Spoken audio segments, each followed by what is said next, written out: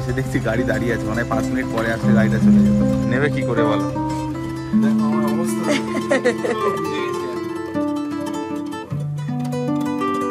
আজকে ওর খিচুড়ি জিরে ফোড়ন দিয়ে আলু পেঁপে দিয়ে করেছি। এই যে 5 মিনিট ওয়েট করো, আমি খেতে দেবো।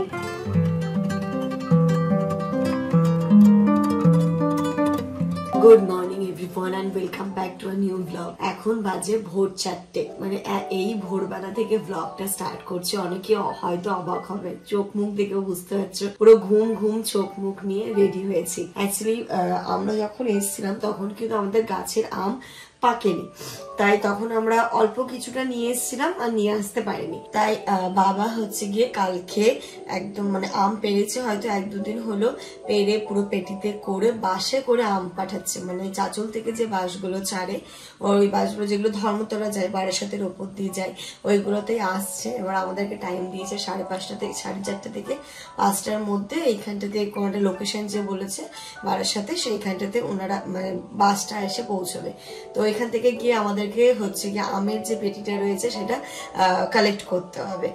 আমার জায়গায় হয়তো ভাবছো যে দিদি তোমার যাওয়ার কি দরকার এত সকাল সকাল।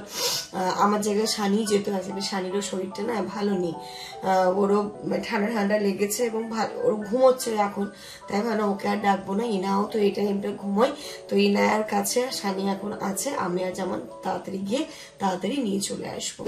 আজকে বেরোনোর সময় কেসটা এমন হয়ে গেছে, মানে জাস্ট বেরোতে যাব, বাইরে হচ্ছে প্রচন্ড বৃষ্টি আর ওদিকে মাম্মা উঠে কান্নাকাটি শুরু করে দিয়েছে।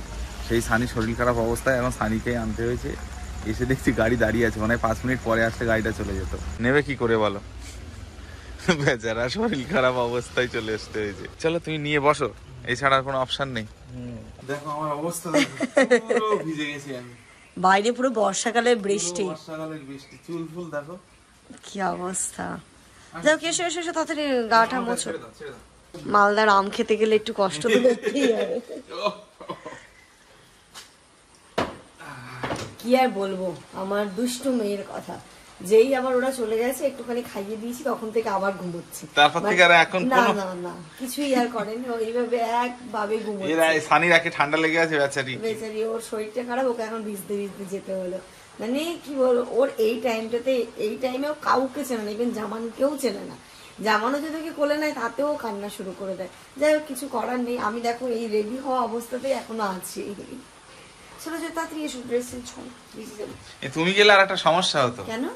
টোটো কোথায় পেতাম এখন? হ্যাঁ, আর এটা তো আমি তো ধরেও আনতে পারতাম না, ধরে নিয়ে আসতে পেরেছে, আমি নিয়েও আসতে পারতাম না। আর টোটো দেখালো 500 টাকা ভাড়া দিয়ে টোটো আনতে হচ্ছে, আমের থেকে টোটো ভাড়া বেশি পড়ে যাবে। ইনু ইনু ওলে বাবা, অ্যানসার দিতে শিখে গেছো? Good morning. Good morning, happy rainy day বলো। Good morning and happy rainy day. আমাদের আজকে ঘুম থেকে উঠতেই ইচ্ছে করছে না, মনে হচ্ছে সারাদিন ঘুমোই, তাই তো? আমার একদম একটা ল্যাথখোর মেয়ে, সত্যি ও ল্যাথখোর।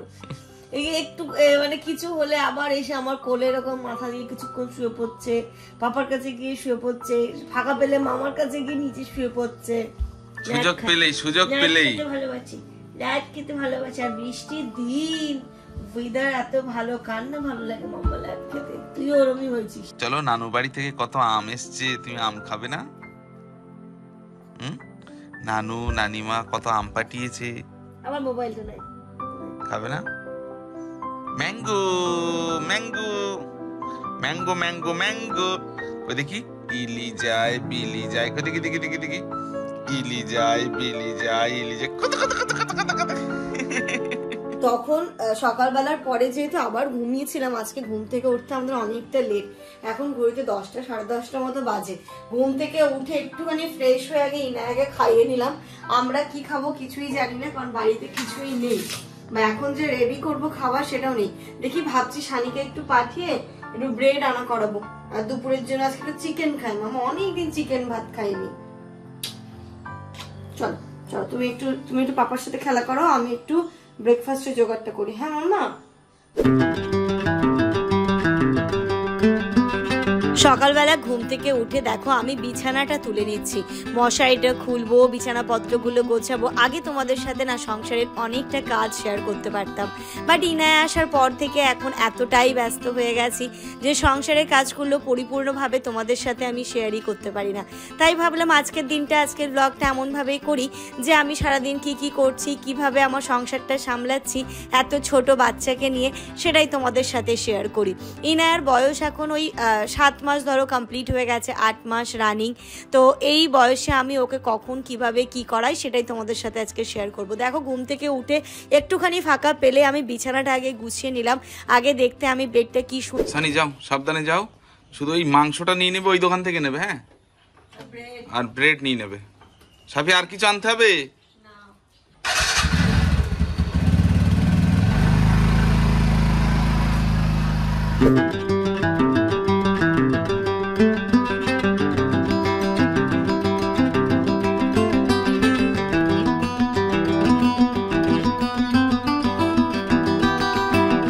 আর একটুখানি জিনিসপত্রগুলোও তো এলোমেলো হয়েছিল, তো ওই ঘরটা গুছিয়ে আমি চলে এসেছিলাম পাশের রুমে। পাশের রুমটাও আমার গোছানো হয়ে গেছে। তারপরে দেখো চলে এসেছি ডাইনিং রুমটাতে। ডাইনিং রুমেও সোফার পেছনটা তো প্রতিদিন মোছাটা সম্ভব হয় না, আমি ওটা উইকে 1 দিন বা উইকে 2 দিন বা হয়তো কোনো উইকে হয়ে ওঠে না, ঠিক ওইভাবে করেই পরিষ্কার করি এবং এইভাবে করেই ম্যানেজ করি। ঠিক ইনায়া এখন জামানের কাছে ছিল, ও যখন ঘুমিয়ে পড়ে, মানে সকালবেলা ঘুম থেকে উঠে ওকে আমি ব্রেকফাস্ট করিয়ে আরেকবার যখন ঘুম পাড়াই, তার মাঝেই এই কাজগুলো করে নেওয়ার চেষ্টা করি।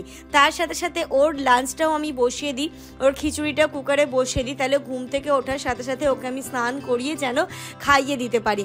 তো এরকম করেই কিন্তু দেখো নিউবর্ন বেবির সাথে কিন্তু একরকম ট্রিট করতে হয়, আর একটু যখন বাচ্চা বড় হয় তখনকার কিন্তু ব্যাপারটা অন্যরকম। আমার তো এখন মনে হচ্ছে নিউবর্ন বেবিকে হ্যান্ডেল করাটা অনেক ইজি, যত বড় হয় তত ডিফিকাল্ট হয়ে যায়। কারণ এখন জানো তো ও না আমাকে চিনতে শিখেছে, কারোর কাছে অতটা থাকতে চায় না। সত্যি কথা বলতে এটা একটা মায়ের কাছে অনেক বড় পাওয়া। খুব ইচ্ছে হতো যে আমার সন্তান আমাকে এতটাই আপন ভাববে এবং আমার কাছে সে সব থেকে সেফটি মনে করবে। হতে পারে এটা সবাই চায় না, বাট আমি খুব চেয়েছিলাম যে আমার সন্তান আমার কাছে থাকবে। তো এটা যখন দেখি তো আমার ভীষণ ভালো লাগে। তো এই যে এইভাবেই এখন মামার সাথেও দেখতেই পাচ্ছ একটু খেলাধুলো করছে, খেলাধুলো করে, বাট ওর চোখের সামনে আমাকে থাকতে হবে। আমি থাকলে তখনও মামার কাছে হোক না কেন, পাপার কাছে এমনিও থাকে, ও মোটামুটি সবার কাছেই থাকে। আর আমি যদি একটুখানি সরে যাই তাহলেও কারোর কাছেই থাকতে চায় না। এই বয়সটাই হয়তো ওই রকম, তাই না? একটুখানি জানিও তো 8 মাসের বাচ্চারা কি এরকমভাবে করে। তো এই যে তোমাদের সাথে কথা বলতে বলতে দেখো সোফাটাও আমি ক্লিন করে নিলাম, ডাইনিংটা আমার মোটামুটি ক্লিন হয়ে গেল। তারপরে এই ক্যাবিনেটগুলো রয়েছে এইগুলো ভালো করে ডাস্টিং করে নিচ্ছি। ডাস্টিংটা তাড়াতাড়ি করে করছি। ইনায়া কিন্তু এর মাঝে সকালের যে ঘুমটা ছিল তার সেই ঘুম থেকে উঠে পড়েছে। বাড়ি ঘরদোরগুলো মোটামুটি একটু ঝাড়াঝুড়িটা হলো। আর সানি এর মধ্যে বাজারও নিয়ে চলে এসেছে। এখানে চিকেন, গরম মশলার প্যাকেট একটা আনতে বলেছিলাম, ব্রেড। আজকে ব্রেড বাটারই খাবো, কারণ আজকে অনেকগুলো কাজ আছে। ঘর বাড়িটা না যা অবস্থা হয়ে আছে, নিজেরই একটা অস্বস্তি হচ্ছে। পুরোটা একদম সমস্তটা আজকে পুরো সেট করব, ঝাড়া মোছা যা যা আছে পুরো কমপ্লিট। মালদা থেকে আসার সময় ওইখানকার স্মার্ট বাজার থেকে এই ব্রেকফাস্ট নাইফটা নেওয়া তো হয়েছিল, বাট ইউজই করা হয়নি। তাই ভাবছি না আজকে ইউজ করি। আর কবে করব, আজ করব কাল করব বলে করাই হয় না। আজকে ব্রেডও হচ্ছে, তাই এটা দিয়েই আজকে বাটারটা লাগাবো।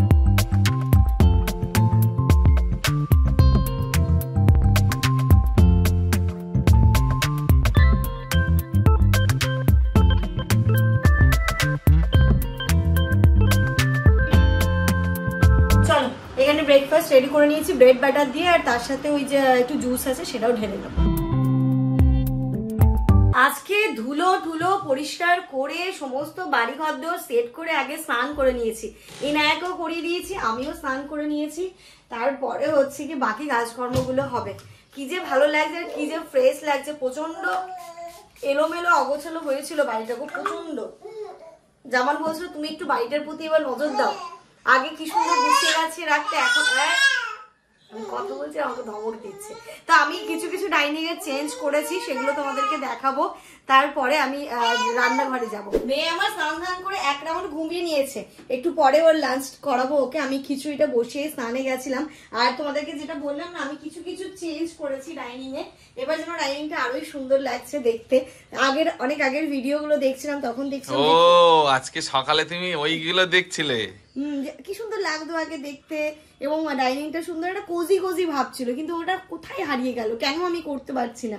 তো আজকে আমি পুরো ডাইনিংটা সেট করেছি এবং নিট অ্যান্ড ক্লিন করার পরে একটু শান্তি লাগছে। ফ্রিজ, ওয়াশিং মেশিন, সোফা যেখানে ছিল অ্যাজ ইট ইজ রয়েছে, দেখো সবকিছু, শুধু এগুলো পুরো ঝেড়ে ঝেড়ে নিয়েছি, সুন্দর করে পেতেছি।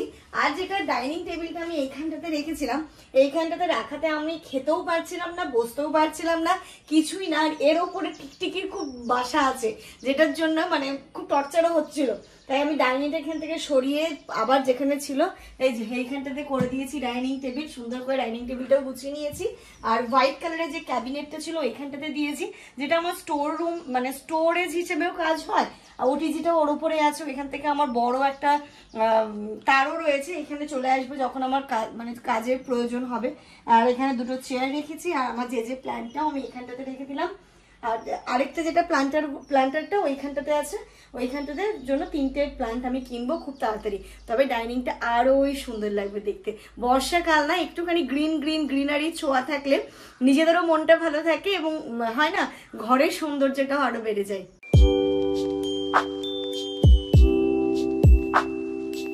ওই ইনু তাকাও এদিকে একটু।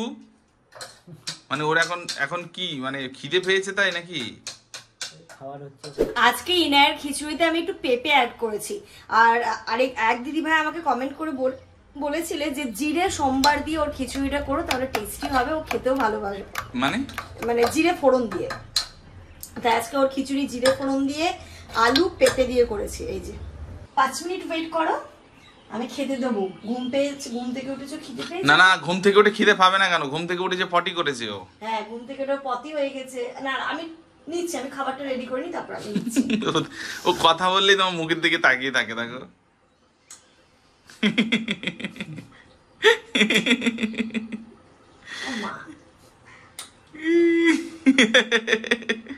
দুষ্টু, এই দুষ্টু, দুষ্টু। আমার কাছে আসবে এখন, দাঁড়াও। খাবারটা রেডি করে, খাবার খাবে না?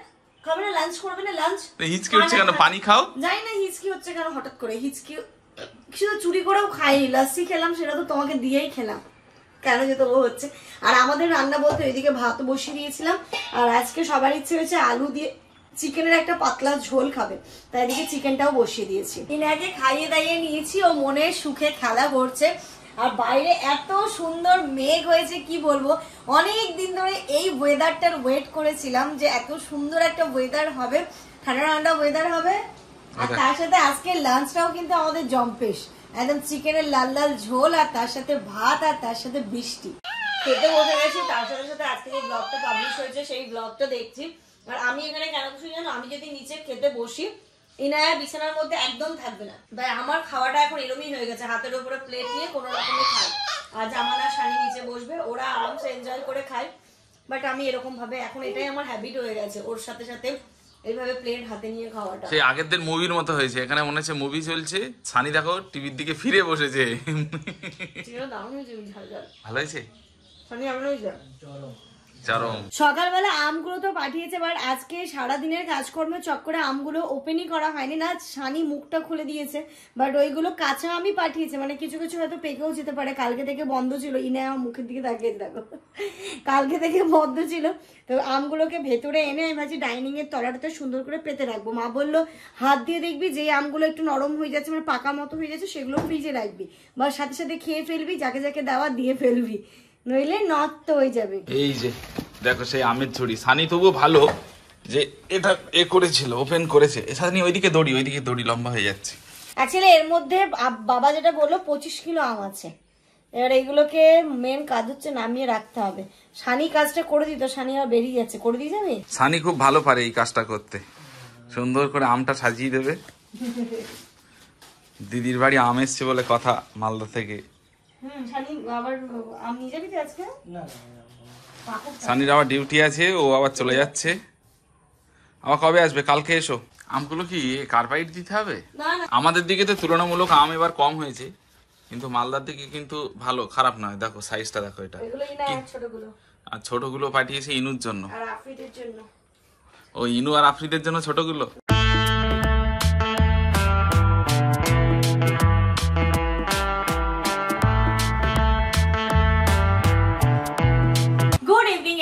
এসছি সন্ধ্যের চাটা করতে, আর বাইরে তো সুন্দর বৃষ্টি হয়েই চলেছে ননস্টপ। মানে বর্ষাকালে যে বৃষ্টিটা অ্যাকচুয়ালি সেটাই হচ্ছে। তাই আমার বলো সুন্দর আদা দিয়ে চা করো, আমি দুধ চা করি, বলো না দুধ চা খাবো না, একটু লিকার চাই করো। সানি আবার খাবে না, কারণ আজকে একটু লেট লাঞ্চ করা হয়েছে, যেহেতু বাড়ি ঘরদোর সমস্তগুলো এই সমস্ত কাজ করে গোছাতে গোছাতে লেটই হয়েছে। বললো দিদি আমার আর ইচ্ছে করছে না চাটা খেতে, একটু পরে ডিনার করে নেবো। তাই আমাদের জন্য আপাতত 2 কাপ চা করছি। আর ও তোমরা তো যেটা বলা হয়নি, সানি তো তখন চলেই যাচ্ছিল, আম বের করছিল তোমরা দেখলেই। বাট এই যে জাস্ট ও বেরোতে যাবে তখন প্রচন্ড জোরে একটা বৃষ্টি, মুষলধারে বৃষ্টি নামলো, বৃষ্টি হয়েই যাচ্ছে। তো সানিকে বললাম এই অবস্থায় গেলে তো তুই পুরো ভিজেই যাবি, ঠিকঠাক টাইমে পৌঁছতে পারবি না। ও আবার ফোন করে ডিউটি ম্যানেজ করলো, কাকে দিয়ে শিফট করানো, হয়তো ওদের যা সিস্টেম অন্য কারোরটাও কখনো করে দেবে, সেটা ওর ব্যবহার কিভাবে ও ম্যানেজ করেছে। তাই সানিও বেরোতে পারেনি একদম। আজকে বৃষ্টির সন্ধ্যায় আড্ডা গল্প চলছে, কিন্তু পকোড়া ঢকোড়া কিছুই করতে পারলাম না। চলো চলো মামা।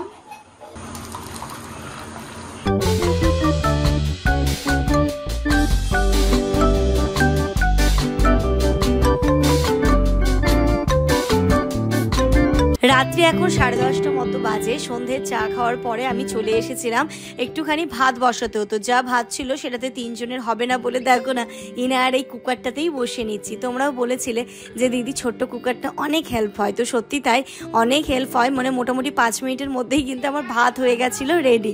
তো তার মধ্যে দেখো কটা বাসন ছিল, সেইগুলোও ক্লিন করে নিলাম। তো ট্রলিটা অনেক দিন ধরে বাইরে বেরিয়েছিল, ট্রলিটাকে তুলছি।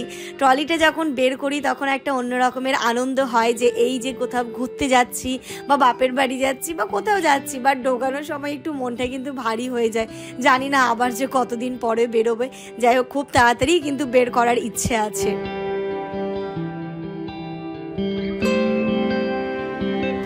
আজকে মোটামুটি সাংসারিক কাজের উপর দিয়ে আমার দিনটা কাটলো। সারাটা দিন সমস্ত কাজকর্ম করে এখন যা যা বাইরে ছিল, ট্রলিটা অনেক দিন ধরে বাইরে ঘোরাফেরা করছিল।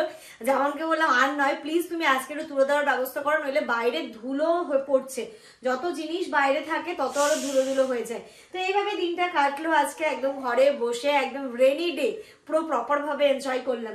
তো চলো এর সাথে সাথে আজকের এই ব্লগটা এই পর্যন্তই রাখছি। কেমন লাগলো অবশ্যই জানিও। তোমার সবাই খুব ভালো থেকো, সুস্থ থেকো, আমাদের সবার জন্য অনেক অনেক অনেক দোয়া করো। Good night.